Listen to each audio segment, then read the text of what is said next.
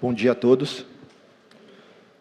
Agradeço à Brint a oportunidade de novamente estar aqui falando desse tema, né, que é tão impactante para todas as empresas de telecomunicações, principalmente para as pequenas empresas.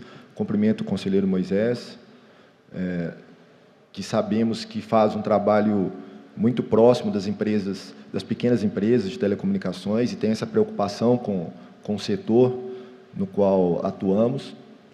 Cumprimento Basílio Pérez, Eduardo Rossi. Pessoal, minha missão aqui hoje é trazer alguns problemas que muitos de vocês me relatam no dia a dia, né? Então, acho que essa é a minha missão aqui hoje. Bom, para quem não me conhece, eu sou Alan Silva Farias, somos da Silva Vitor, um escritório que já atua há algum tempo nesse segmento de pequenos prestadores do serviço de telecomunicações. Somos da época ainda do discado, passamos pelo rádio junto com vocês, enfrentamos a fibra e agora estamos fortes e dispostos a enfrentar os novos desafios com outras infraestruturas que, porventura, surgirão, novas tecnologias. Bom, eu queria começar aqui hoje fazendo uma pergunta inicial, né? Por que os SPs têm tanta fixação para construir redes? Alguns de vocês me falam assim, não, vendi meu carro porque eu quero continuar construindo rede. Peguei um dinheiro aqui e investi em fibra, né? A moeda que o provedor fala é moeda de fibra, ele nem fala em dinheiro. Ele consegue, inclusive, contabilizar e fazer tudo em fibra, né? Então, é a moeda do provedor. Mas por que vocês têm esse DNA? Essa é uma pergunta que muitos de vocês me fazem. Não sei se vocês sabem, o mineiro gosta muito de contar história, né? E eu não posso fugir dessa regra. Não sei se vocês sabem, mas antigamente, na época do discado, e já havia os provedores de conexão à internet, os provedores na época do discado, o Basílio está aqui, não vai deixar eu mentir, eles precisavam utilizar a infraestrutura de telefonia fixa para chegar até a casa dos clientes. Em um determinado momento, as operadoras de telefonia fixa falaram que não iam mais levar os provedores até a casa dos clientes. E do dia para a noite, vários provedores ficaram sem a infraestrutura, sem um caminho para chegar até a casa dos clientes. E desde então, as empresas provedoras que conseguiram sobreviver dentro desse cenário caótico encurtiram essa mentalidade de ter que construir a rede própria. Tá doido? Eu não posso ficar sem a minha rede própria.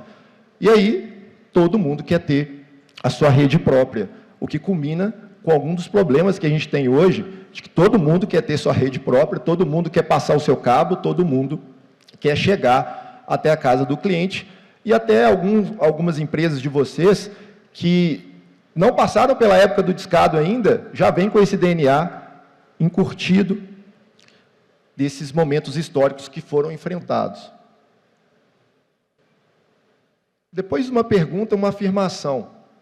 Pessoal, nunca existiu negociação com as pequenas empresas de telecomunicações, junto às companhias de energia elétrica. E vocês são prova disso aqui. Não vou nem pedir para vocês levantarem a mão quem conseguiu negociar os contratos com a companhia de energia elétrica, porque eu tenho certeza que ninguém nunca conseguiu negociar sequer uma vírgula dos contratos com as companhias de energia elétrica. E isso não é novidade, tanto para a Anatel quanto para a ANEEL. Mas é um problema que dói bastante para as empresas, as pequenas empresas, que são as empresas que estão principalmente fora dos grandes centros urbanos. A gente fala muito de problema nos grandes centros urbanos, as fotos dos postes nos centros urbanos, mas a gente tem muito problema também nas regiões rurais, a gente tem muito problema em cidades onde não são considerados grandes centros urbanos, mas a gente tem pelo menos 3 prestadoras em cada cidade. Hoje a gente tem pelo menos 3 provedores em cada cidade. Então o problema não é só dos centros urbanos, o problema ele é generalizado, ele é de todo mundo. E como nunca existiu negociação, a gente falando aqui a gente como prestadores de pequeno porte, a gente fica refém dessa situação. Muita gente fala assim, não, tem negociação sim, tem negociação por escala. Quanto mais postes eu contratar, menor é meu preço. Também não vou pedir para vocês levantarem a mão, quem já foi submetido a isso, que pelo menos metade aqui de vocês vão falar assim, não, tem uma tabelinha lá na minha concessionária, e lá o degrau é tão grande, mas tão grande, que é difícil eu pular esse degrau, o que inviabiliza qualquer tipo de negociação. E a gente tem uma analogia, que a gente costuma dizer lá no escritório, que é a analogia do pedágio, justamente para rechaçar essa ideia de negociação por escala. Vejam bem, a companhia de energia elétrica, ela tem o poste, que é um bem público, na nossa concepção. O poste é um bem público, ele só está sobre a concessão. Por exemplo, qualquer companhia de energia elétrica que perder a sua concessão, o bem tem que voltar. O poste tem que voltar, então o poste é um bem público. Fazendo uma analogia com uma concessionária que explora a rodovia, por exemplo, o preço que a Localiza paga para passar com 1000 carros é o mesmo preço que eu pago para passar com um carro, porque nós estamos falando de uma infraestrutura que é pública. E aí entra esse questionamento no que tange a preço. Por que uma grande operadora paga preços muito menores do que eu pago, se nós utilizamos a mesma infraestrutura, a mesma estrada, o mesmo bem público, e se nós estamos competindo no mesmo mercado de telecomunicações? E aí que entra, na minha visão, senhores, o maior ferimento ao maior princípio da Lei Geral de Telecomunicações. A Lei Geral de Telecomunicações, ela fala 26 vezes a palavra competição. Ela cita 26 vezes a palavra competição. Então, se o princípio maior da Lei Geral de Telecomunicações é a competição, e eu tenho preços muito distantes para grandes empresas de telecomunicações e pequenas empresas de telecomunicações, provedores de pequeno porte, o ferimento ao princípio da competição ele é muito latente. Então, por isso que a gente não concorda com precificação por escala. E por isso que a gente acha que o preço, como o Basílio já colocou, a ANEEL, a Anatel, ele é o grande problema que a gente tem que resolver na atual conjuntura. O artigo 73 da Lei Geral de Telecomunicações fala em preço justo e razoável. As pequenas prestadoras nunca tiveram um preço justo e razoável. Quando veio a norma 004, que fala do preço de referência, que saiu em 2014, as pequenas empresas de telecomunicações aguardaram de 97 para 98, quando houve a privatização, até 2014, para ter um parâmetro de mercado. E, pessoal, a gente defende que o preço estipulado na norma 004 é um balizador de mercado. Nós temos perícias, inclusive, sendo feitas em várias localidades, onde demonstram que, geralmente, o preço de perícia fica muito próximo ao preço de referência. Então, eu fico extremamente envaidecido, principalmente quando a ANEEL fala que ela vai pegar o preço de referência e aplicar o IPCA, porque agora a gente está enfrentando um novo desafio, que é qual índice que vai aplicar no meu contrato, né? Todo mundo sabe que o GPM e o GPDI estão batendo casas assustadoras. Então, quando a ANEEL vira e fala, não, nós vamos pegar o preço de referência e vamos atualizá-lo pelo IPCA, já é uma grande vitória aqui, na minha opinião, para o nosso setor. Mas, além do problema do preço, a gente também tem o problema do tempo de aprovação dos projetos, que eu acho que é um segundo problema, um grande problema aqui, que todo o nosso ecossistema ele vive. Eu estou vendo aqui empresas projetistas que fazem projetos de compartilhamento, eu vejo empresas de telecomunicações, eu vejo consultores, e todo mundo enfrenta esse problema, o tempo de aprovação de projetos. E pelo que eu pude perceber da norma que está sendo colocada em alteração, esse é um dos pontos que está sendo, inclusive, diminuído, o que também já é uma vitória para a nossa classe. Hoje a gente tem 90 dias para aprovar, e a gente sabe que várias companhias sequer respeitam o prazo de 90 dias. As empresas, infelizmente, não tem como esperar tanto tempo. Ela tem que atender o cliente, é o core business dela. Ela vai virar para o cliente e falar assim, não, espere aí, eu vou esperar a companhia de energia elétrica o prazo de 90 dias, daqui 90 dias eu volto para te atender. É impossível isso acontecer no nosso mercado. E a gente tem vários entraves também na questão de aprovação de projetos. Temos ocupações desordenadas? Temos muitas. E aqui ninguém faz apologia e é a favor de ocupações desordenadas, seja clandestinidade, seja revelia, seja irregularidades. Pelo contrário, aqui a gente defende que as redes devem ser regulares, que elas devem ser com projetos aprovados. Mas, se a gente não tem um preço justo e razoável, se a gente não tem um prazo justo e razoável, automaticamente a gente vai culminar em redes clandestinas, irregularidade. Uma coisa leva a outra, na nossa concepção. E temos, além dos nossos problemas, alguns desafios a serem enfrentados. Não tem espaço para todo mundo, mas tem alternativa.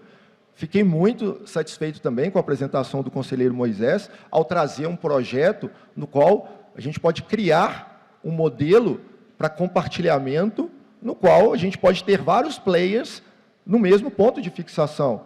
É uma alternativa, é uma baita alternativa.